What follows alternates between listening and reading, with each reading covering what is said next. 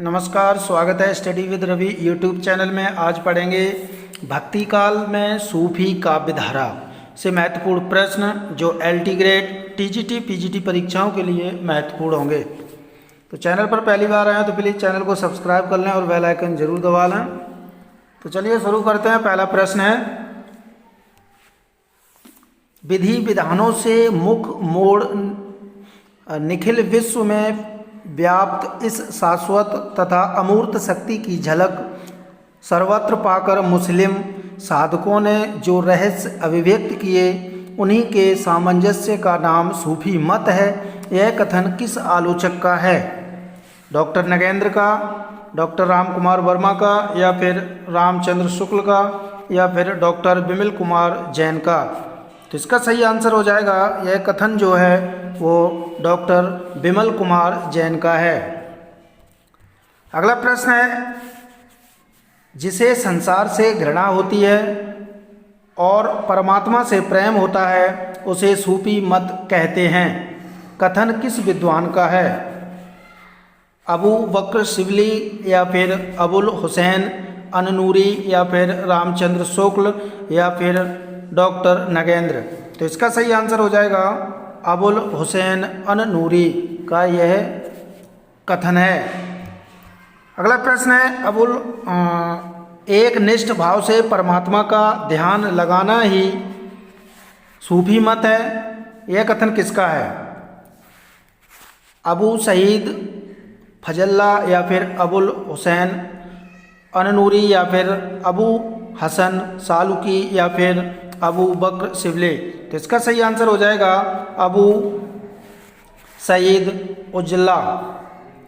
अगला प्रश्न है कि निम्नलिखित में से सूफी काव्यधारा की विशेषता नहीं है। तो इस काव्यधारा के काव्यों का नामकरण प्राय नायिकाओं के नाम पर किया गया, या फिर इस काव्यधारा में खंडन मंडन की प्रवृत्ति का अभाव पाया जाता है, या फिर इस काव्यधारा में भारतीय लोक संस्कृति व लोक जीवन का स्वाभाविक चित्रण किया गया है, या फिर इस काव्यधारा की अधिकांश रचनाएं उपदेशात्मक हैं एवं शांत रस की प्रधानता है। तो इसका सही आंसर हो जाएगा ऑप्शन नंबर घ। इस काव्यधारा की अधिकांश रचनाएं उपदेशात्मक हैं एवं शांत रस की प्रधानता है, जबकि इसका सही होना चाहिए था, ये कथन जो है गलत है। इसका होना चाहिए था कि वियोग श्रृंगार रस की प्रधानता है और चित्रणात्मक शैली है। अगला प्रश्न है कि सूफी काव्यधारा के प्रथम कवि के संदर्भ में सुमिलित नहीं है। रामचंद्र शुक्ल, मंझन, डॉक्टर नगेंद्र, असायत, या फिर राम कुमार वर्मा, मुल्ला दाऊद, या हजारी प्रसाद द्विवेदी, ईश्वर दास? तो इसका सही आंसर है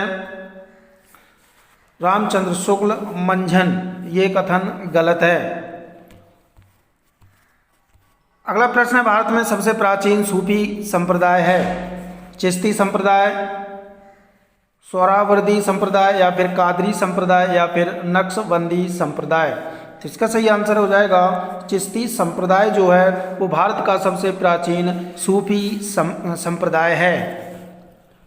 अगला प्रश्न है, सूफी साधना की अवस्थाओं का सही क्रम क्या है? तो इसका सही क्रम जो है वो है शरीयत, तरीकत, हकीकत, मारिफत। इसलिए ऑप्शन नंबर ए सही हो जाएगा। अगला प्रश्न है, किस अवस्था में सूफी साधक अनल हक का अनुभव करने लग जाता है? शरीयत का, हकीकत का, तरीकत का, या फिर मारिफत का? तो इसका सही आंसर हो जाएगा हकीकत का।